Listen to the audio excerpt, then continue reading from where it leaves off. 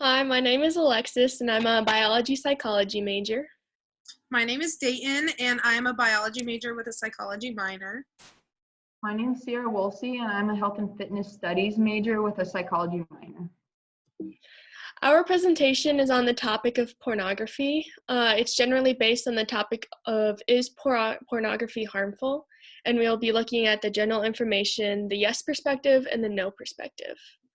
We will start off with just some general background information on the topic of pornography. So, pornography is defined as the depiction of erotic behavior, as in pictures or writing, intended to cause sexual excitement.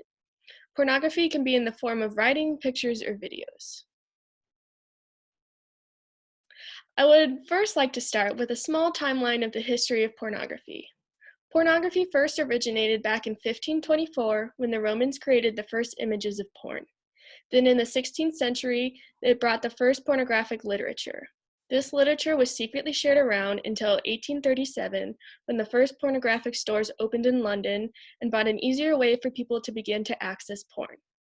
Then in 1896, the first pornographic film was produced in France. Lastly, it wasn't until the invention of the internet that pornography business really took off, leading for there to be more than 2 million pornography websites in 2009.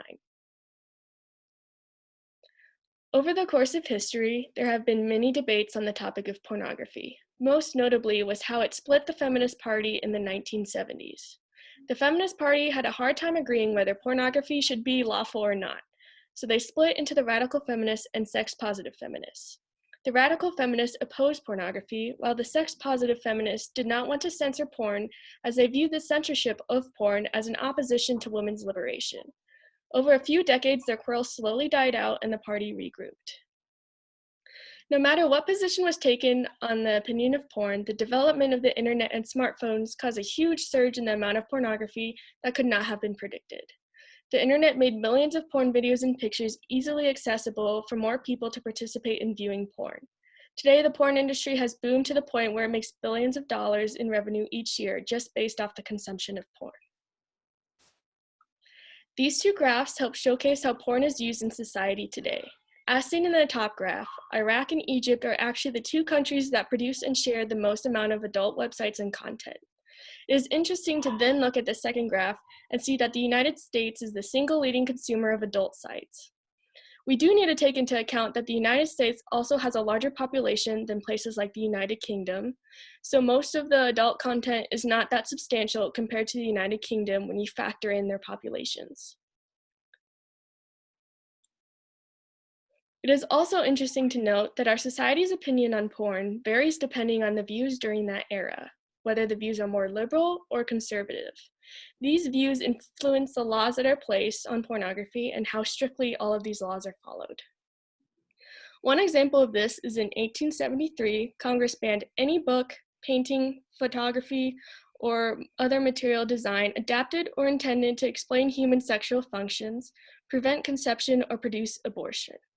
This law was in place for almost an entire century until 1963 when it was declared unconstitutional so it could allow married women to access contraceptives.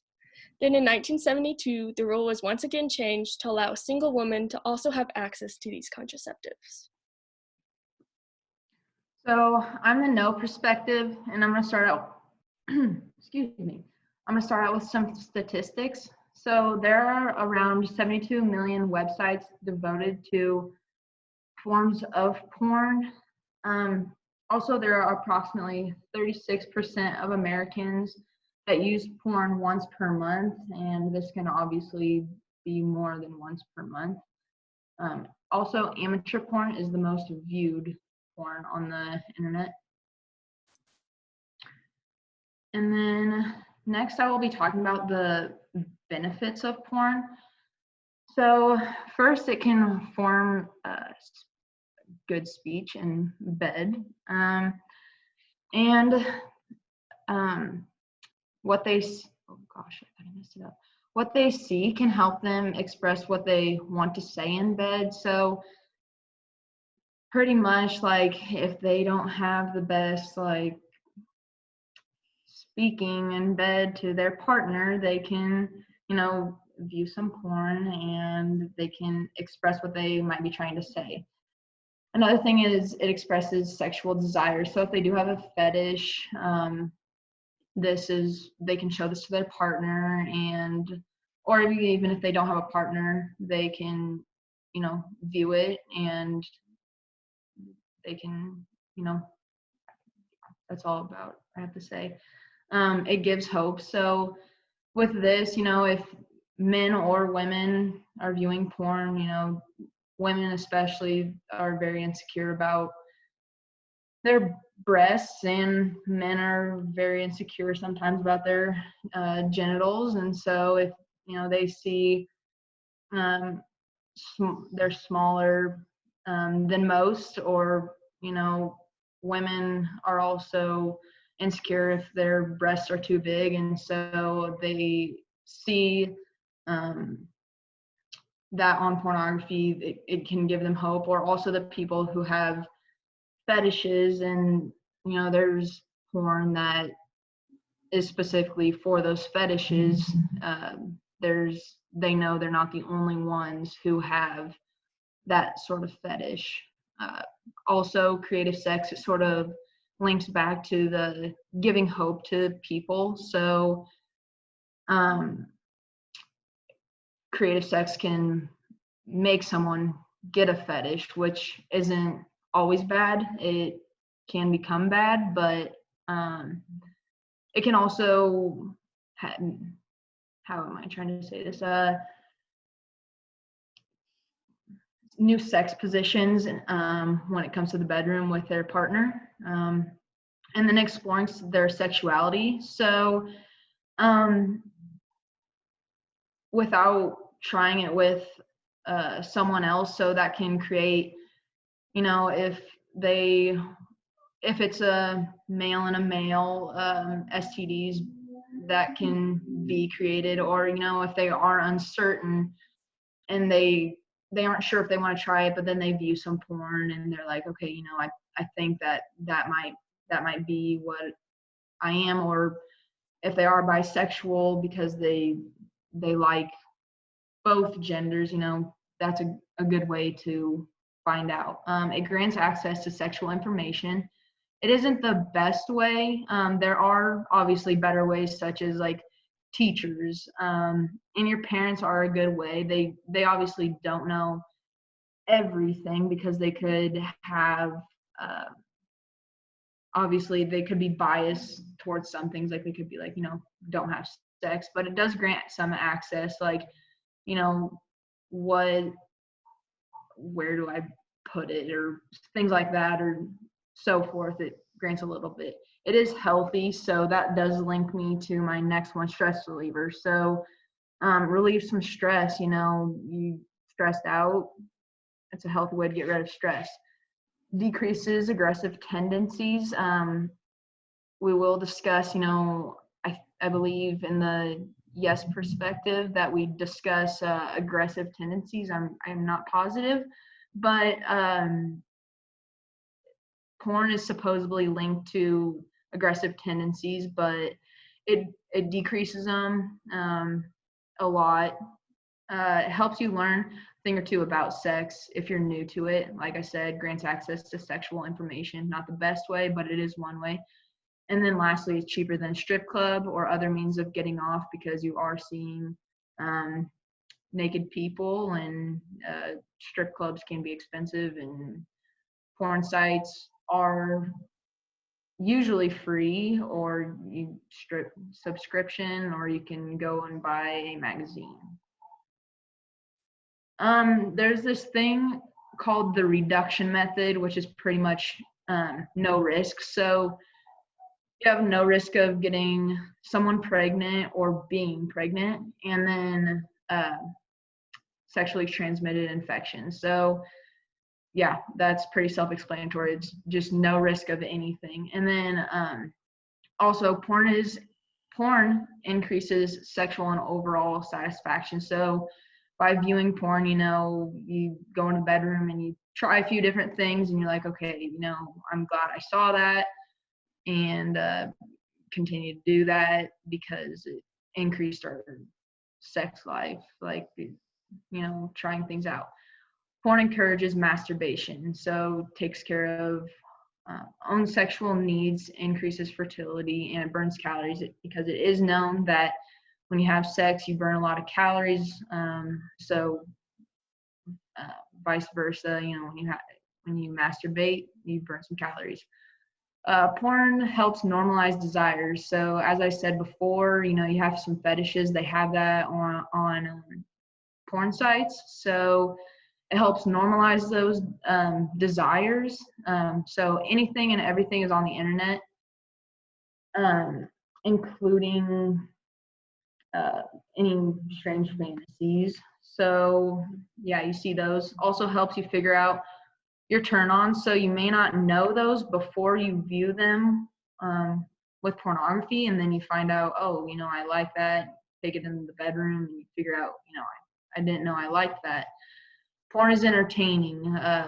There's a lot of people that find it entertaining, view it in their pastime. I think it's known as the United States pastime, like everybody's pastime.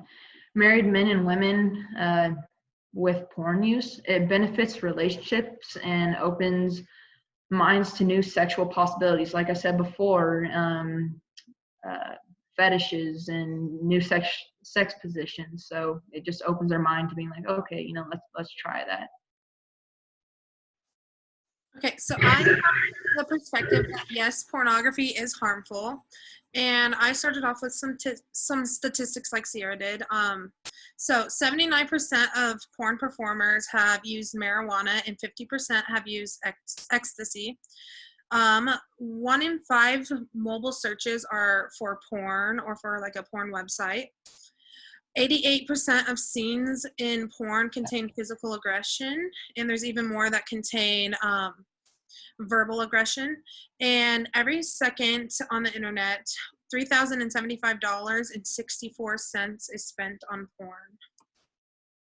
So porn can affect your everyday life negatively and just your life in general. So it can affect your relationship and sex life because people, when they watch porn, they begin to fantasize about how they think sex should be based off of what they're seeing in porn, when really it's very unrealistic. So when they get in bed with their boyfriend or girlfriend or whoever, they're expecting more than what they're gonna get, and so there's not usually a good outcome with that. It's also been found to cause a lot of self-confidence, and this can also affect your sex life, because if you're not confident, then when you're in bed, you're going to try to hide yourself or things like that. And it also has been found that men lose interest and pleasure when having sex with their partner when they are watching a lot of porn, just because when you're watching porn, you're seeing things that are like more exciting or different things that people are doing that you normally wouldn't do in bed. And so they're kind of expecting to do things like that when really their partner just wants to lay in bed and have sex, not like spank each other or get crazy.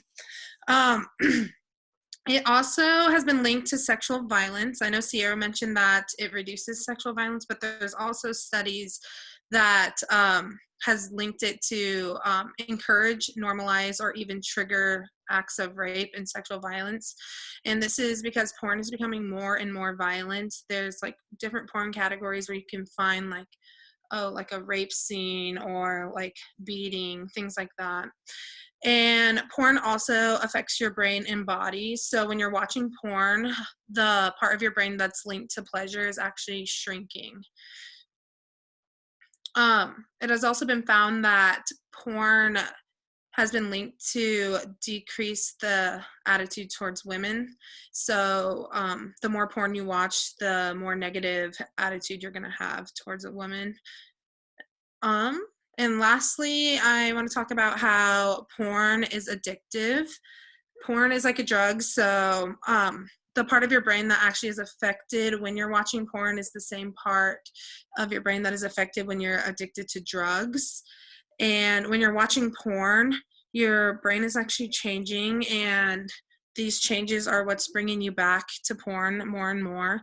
And all types of porn can be addictive. So whether you're watching porn on the TV, computer, phone, or looking through magazines or photos, it's all addictive. But internet porn is found to be the most addictive, and this is because you can find yourself clicking deeper and deeper into the websites, and you're finding more kinky and more shocking things, and so you're just getting deeper and deeper in. And with the magazine, you can't really do that. There's only like a few photos that you're going to see.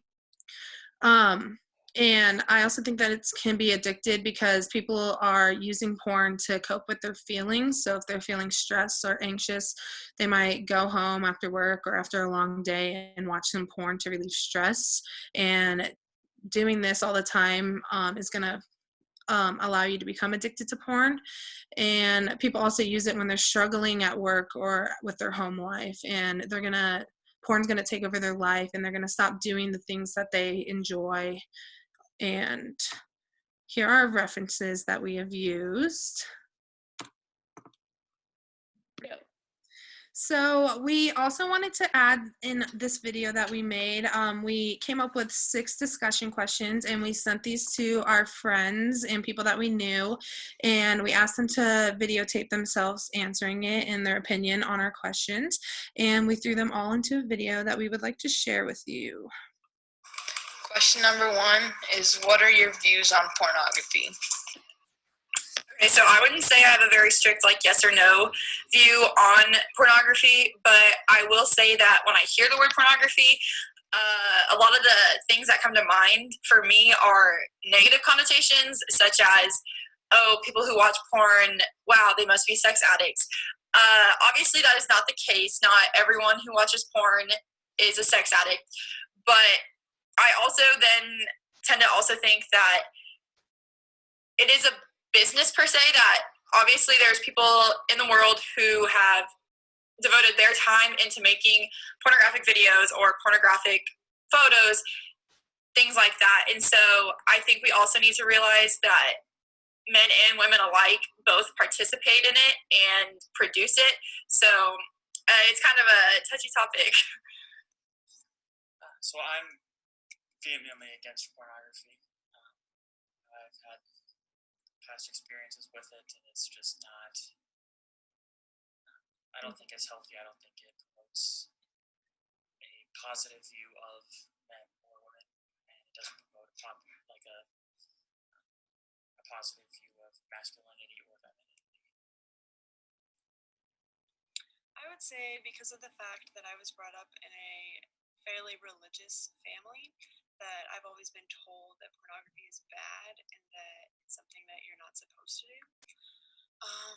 I would say now my view on it is that it's very objectifying and kind of gives an unrealistic expectation for future relationships. But I do know that people make a living from making pornography, so it's kind of a tough topic to think about. I think they can be used to be able to explore individuals' own sexual identity and to be able to learn more about their own bodies. I think there's a really big cliche and negative stereotype around it. And I know for me that is something. Part of the reason why I agreed to do these videos and whatnot is because I knew it wouldn't be publicized, and I knew it wouldn't be shown to a whole bunch of people that I didn't know, but people who I knew and who I trusted. Because I know releasing my own views and my own standpoints on this, with where I'm at in my life right now, with trying to go to graduate school or trying to get a job. If somebody were to see this online, they might change their views of me and consider me differently as an applicant. And so I think that definitely plays a role into how we view pornography, is that it shouldn't be talked about in public, but it is something that a lot of people do partake in their own time. So yeah. Question number 2 is, do you know anyone that has been personally affected by pornography in their relationship, or has it personally affected you? So no, I do not know anybody who has been affected by pornography, and I personally have not been affected by pornography. Yes, I've personally been affected by pornography. I was addicted to it since from the age of 12 until about the age of 21 or so, 21, 22. I've been clean now for about 3 years, and over that time, I found it degrading how I thought of women, how I looked at women, and also found it to be exploitive and degrading. And as time progressed, I found myself looking at porn, which was increasingly violent and increasingly demented, and that scared me. I have personally been affected by porn. I started watching porn when I was 13, and it started at like every so often, and then like when I turned 15 or 16, it became an everyday thing, sometimes 2 or 3 times every day, and it did cause me to get ED. So I took a break from porn, and everything is okay now, but I can't say pornography has ever affected a relationship I've had with someone. I also don't know anyone who's been affected by pornography in their relationship either. So that's a no. Question 3. If you are married and someone in the relationship is watching porn, is this considered cheating and why? So I think yes and no. So if you are married to someone and your significant other is watching pornography and they're open and honest with you about it, saying like, hey, I watch porn and I just want you to know, then maybe it wouldn't be considered cheating as long as you're okay with it. But on the same token, if they're watching it and they're hiding it from you, then maybe it is considered a form of cheating. I think it ultimately depends on your relationship with your significant other. Personally, if I was married and I found out my significant other was watching porn, I would probably be pretty upset and I would consider it a form of cheating. But like I said, I think it honestly depends on the relationship, because if they're open with you about it, then maybe you also want to take part in that. If they're not open about it and then you find out about it and you confront them about it and they get defensive and it ultimately is also causing other problems in your relationship, then yeah, it's probably considered cheating. But like I said, I think it depends on the relationship. I do think it's considered cheating. I think it's cheating because specifically in a marital relationship, you pledge yourself entirely body and soul to the other person, and through the use of pornography, you're twisting that. You're not giving yourself fully to the other person, and it wears at the relationship. It wears the relationship's intimacy, and it ultimately destroys the foundation of trust which marriage is built upon. I don't consider that cheating because it's not a person, I guess. And like I said, it helps relieve stress. I would say if I were in a married relationship and I found out that my husband was looking at pornography, I think I would consider it cheating, just because I would feel like I'm not enough for him and that I'm not able to give what they want, so I would see it as cheating. I think cheating has to be defined by like the people like within the relationship, because everybody views cheating as something different. And so I think when you're defining your relationship, it's also important to define like what you view as cheating. For example, I think flirting with other people is cheating, but I think that like watching pornography isn't cheating, unless like it's like the live videos when you're like actually like talking to people and building a connection with them, whether it just be for sexual like intentions or anything, like there is a connection there. And I think like if you're just watching a video and you're not like forming a connection with the person, then that's not cheating for me. Question 4, is there a difference between looking at a pornographic magazine and viewing a pornographic video, and why? I think there's a slight difference between looking at pornographic video and a pornographic magazine. The very slight difference is ease of access and the ability to control who's seeing it. But then the magazine isn't as exploitive, I think, because in the magazine it's maybe 1 or 2 pictures and that's it. That said, I don't think there's a significant difference between them because it's still exploitive. It's still, in the case of a relationship, it still wears the trust between the 2 people. It still carries with it kind of all the negative impacts that porn can bring. It's just in a different form.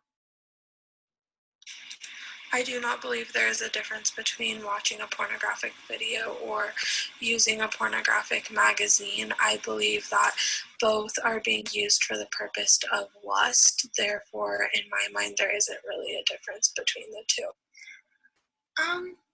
Yeah, I think there is a difference. I feel like if you're watching like a video, it's probably in a more private setting. Like you're probably in a room alone. Maybe not, but you're probably in a room with privacy, maybe with headphones in. I don't know, it's definitely something that's generally a private thing. Whereas like with a pornographic magazine, I feel like that one is more like plausible. Like you could hide that, pretend you're reading a magazine and you're looking at porn. But the reason I say that is because one time when I was like 10 or 11, I went on a school field trip with my class, and we all got on a train, and we all like just stood around like different parts of the train because there was no seats. And me and my friends were stood by this man who was sat down and was reading a porn magazine, like in plain view of everyone, reading a porn magazine on a public transport train. So that was kind of weird, but that makes me feel like porn magazines are more of like a thing you can look at on the go. Whereas porn videos, like they have sound. It's like way more graphic because it's a video of people having sex rather than just pictures of someone having sex. So, yeah, I feel like there's definitely a difference there. Aside from like the obvious differences of one's a video, one's a picture, I don't really view them as different. They're still pornography, no matter their like form that they take shape in, and so I don't really see like a big difference in like how they should be viewed or anything like that. But I do think that like more often so, like pornographic videos have like a bigger connection to it because like you can hear people and see more things, if that makes sense. Question number 5 is, when is a nude body art and when does it become pornography? So I've actually been asked this question before, and I think it is very difficult to distinguish between a nude being body art and it being pornography. But the best way that I kind of wrap my head around it is, say you're an art major and you walk into your college art class and it's drawing 1, and you are faced with the fact that there is someone who has been brought into your class to pose for you and they're in the nude. Your assignment is to draw them with any type of media, so you can use your pencils, your colored pencils, your paint, your watercolors, whatever.